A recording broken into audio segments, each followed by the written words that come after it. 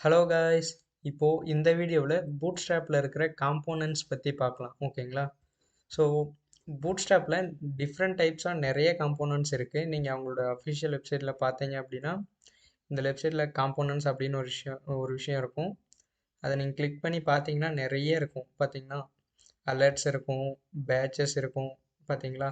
இந்த மாதிரி alert message டிஃப்ரெண்ட்டாக இருக்கும்.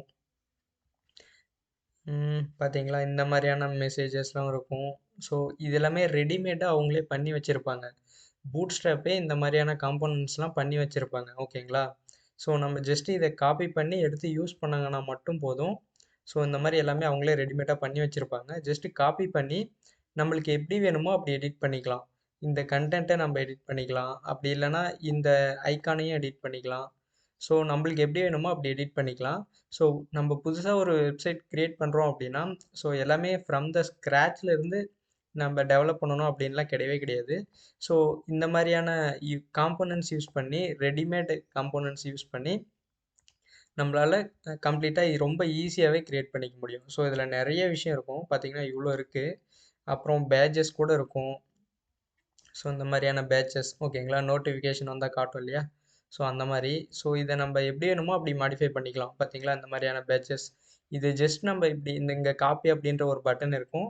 இந்த மாதிரி காப்பி பண்ணி அப்படி டைரெக்டாக நம்ம போய் யூஸ் பண்ணிக்கலாம். ஓகேங்களா? ஸோ பூட்ஸ்ட்ராப் அப்படின்னாவே ரெடிமேட் காம்போனன்ட்ஸ் தான் நிறைய இருக்கும். ஸோ நம்மளுக்கு எது வேணுமோ அதை நம்ம டைரெக்டாக எடுத்து டைரெக்டாக யூஸ் பண்ணிக்கலாம். ஓகேங்களா? ஸோ அதனால தான் பூட்ஸ்ட்ராப் வந்து நம்ம படிக்கிறோம். நம்மளோட ஜாபை வந்து இது கம்ப்ளீட்டாக ரெடியூஸ் பண்ணும். ஓகேங்களா? ஸோ நம்ம இதெல்லாம் பேசிக்காக பார்த்துட்டு நெக்ஸ்ட்டு இதை வச்சு ஒரு ப்ராஜெக்ட் பண்ணுவோம். ஓகேங்களா? ஸோ அந்த ப்ராஜெக்டில் வந்து இந்த மாதிரியான ஃபுல்லாக காம்போனன்ட்ஸ் ஃபுல்லாக எடுத்து யூஸ் பண்ணுவோம். ஸோ இதவே மாடிஃபை பண்ணுவோம். நம்மளுக்கு எப்படி வேணுமோ ஸோ அந்த மாதிரி மாடிஃபை பண்ணிப்போம். இதுக்கு பேக்ரவுண்டில் இமேஜஸ்லாம் வச்சு இந்த கண்டென்ட்லாம் சேஞ்ச் பண்ணி மாடிஃபை பண்ணுவோம். ஓகேங்களா? ஸோ அப்போ பூட்ஸ்ட்ராப் வந்து நம்மளுக்கு ரொம்ப ரொம்ப ஈஸி ஆகிடும். அண்ட் பூட்ஸ்ட்ராப் வச்சு எந்த மாதிரியான வெப்சைட்ஸ் வேணாலும் நம்ம டெவலப் பண்ணலாம்.